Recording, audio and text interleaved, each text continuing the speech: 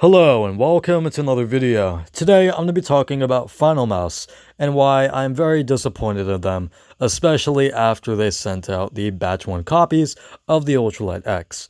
Now, I don't have the UltralightX, and before you say it, no, I'm not trying to hate Finalmouse as a company. I don't want them to fail or go out of business. I want them to succeed. I want them to just get better and make better mice and get better QC. But unfortunately, this is just the way that things are right now, and I want to see them improve. However, this is going to be a critique of their QC.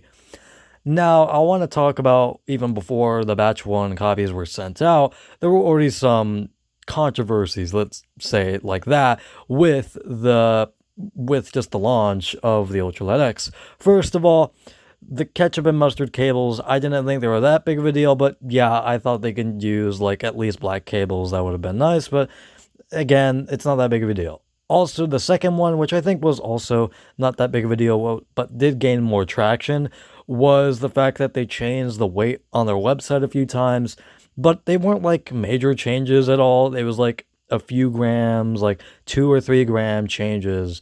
And even then, I'm pretty sure it was just still under 40 grams anyways. So as long as it's that, I don't really mind it that much.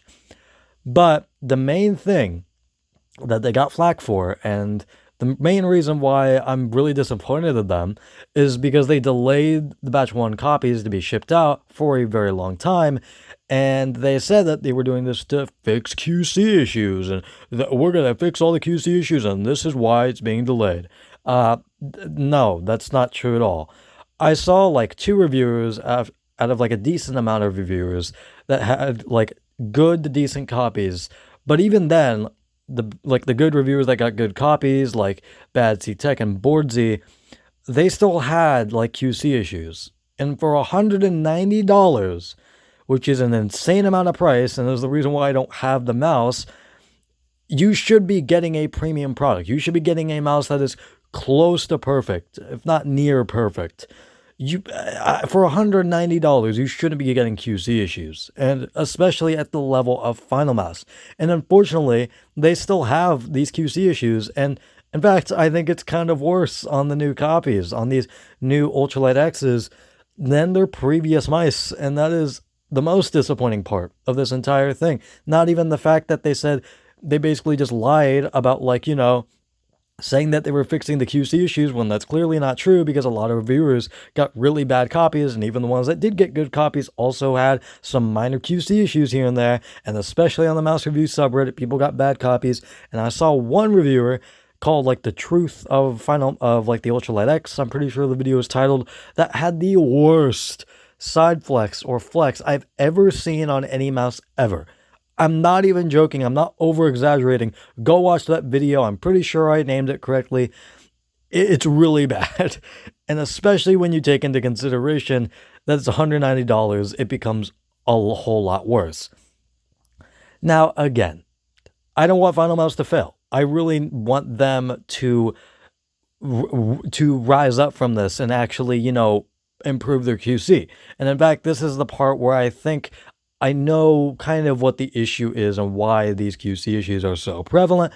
And that, first of all, this is using carbon fiber. And unfortunately, I don't think carbon fiber is that good, at least in my opinion. Like, yeah, it might be a little bit lighter than plastic, but plastic has just become such an industry standard for mice over the years. And it's just had so much more innovation in terms of just like shell quality that, carbon fiber has to catch up, and unfortunately it's not doing too well.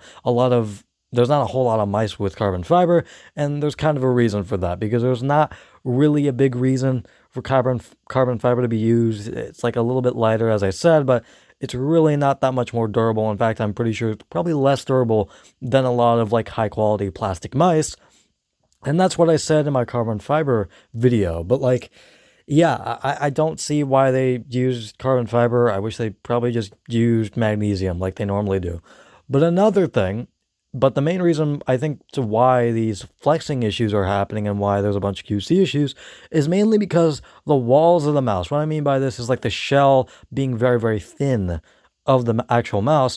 It's extremely thin to the point where, again, like that one review where he was just even pushing down a little bit, it just flexed like an insane amount to the point where he said that he could actually feel like he could break the mouse if he just put too much pressure on the mouse, which is not confidence inspiring again for like the third time for an $190 mouse.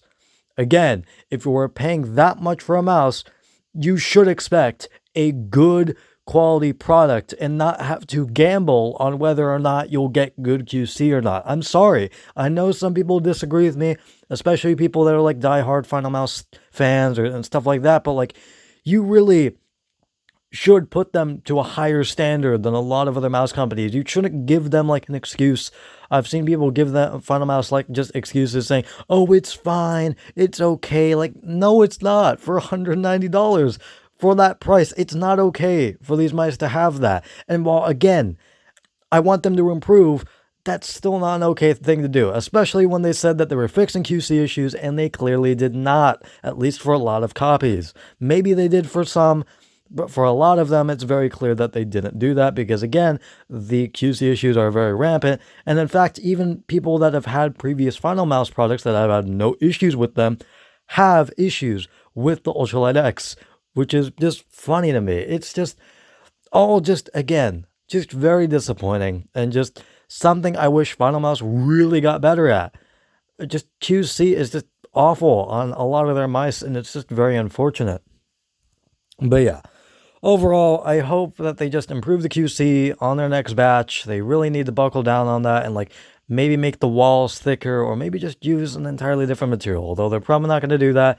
So at the very least, just make the walls at least a little bit thicker because that's probably what's causing that much flex because the walls are just so thin, you can just press it in. And like, you know, carbon fiber is not that like strong, nowhere near as strong as like magnesium. So that's why it's flexing so much. But, oh, and yeah, also, just before I go, there's also a lot of issues with, well, not a lot. I saw like maybe a few. I'll admit that. I was wrong about that. But there are a few issues with the scroll wheel still being off center.